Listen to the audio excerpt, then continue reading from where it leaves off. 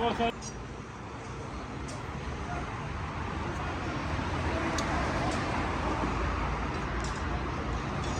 Biladimi hozir?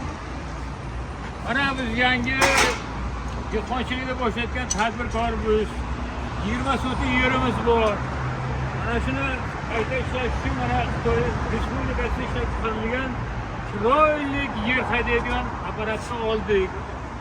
Niyatimiz shuki, o'sha yerlarga narsalarni ekib, chiroyli ekinlarni ekib, kartoshka ekamiz, sovuz ekamiz, piyoz ekamiz.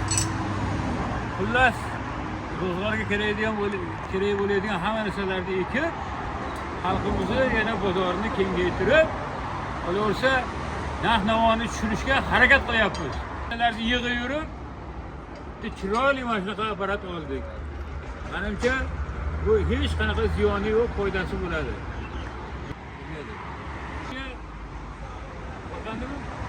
Bizga bopi, hamyon bopi, qolaversa ishlashga, bo'yimizga, kuchimizga mosi mana shu ekan. Bundan yaxshisini topolmadik biz Oqdaryoda. Shuning uchun mana shuni olishga qaror qildik. Endi ukamizdan so'raymiz, buni garantiyasi bormi, yo'qmi? Garantiyasi bor amaki. Qancha? Biror servis xizmatimiz bor. Hop. Garantiyasi shu amaki. Garantiyasiz. Zavodga debetga Masalan, bir javob oylik beradi. to'y ishlatib, ishdan chiqib qolsa. Aha. O'sha muddat ichida bo'lsa qilib beramiz. Necha oyda ichida? 1 oyda ichida. 1 oyda ichida. Ishlamay qolsa, tuzatib berasiz. Havoda buzilib, lo'pasa hamma zapchast ehtiyot qismida o'zimizda bor bunda. Asl zapchastlarimiz bo'ldi. Ana shundan ham biz xursand bo'lib shu narsani sotib olishga qaror qildik. Qarorimiz qat'iy. Mana hozir haydab ketamiz. O'tatib beraymi, olib ketasiz? Ha? O'tatib beraymi?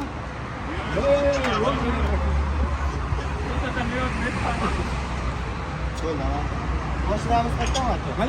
Mana mashinaga. O'zi yurib boradi. Yo'q, xaloslar ham bor ekan. Ha.